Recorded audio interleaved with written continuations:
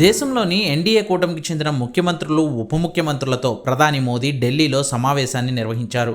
Operation Sindoor తర్వాత తొలిసారి ప్రధాని మోదీ నిర్వహించిన ఈ కార్యక్రమానికి ఏపీ నుంచి డిప్యూటీ సీఎం పవన్ కళ్యాణ్ మాత్రమే హాజరయ్యారు.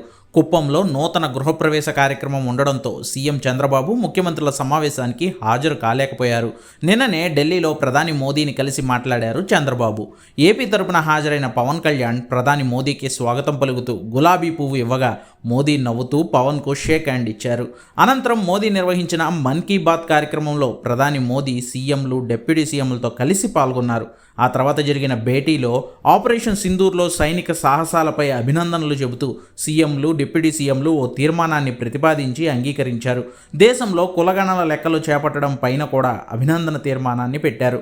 కార్యక్రమం పూర్తయిన తర్వాత ప్రధాని మోదీ ఎన్డీఏ సీఎంలు, డిప్యూటీ సీఎంలతో ఫోటోలు దిగారు. పవన్ కళ్యాణ్ ప్రధాని మోదీ నిలబడిన మొదటి వరుసలోనే నిలబడడం గమనార్హం.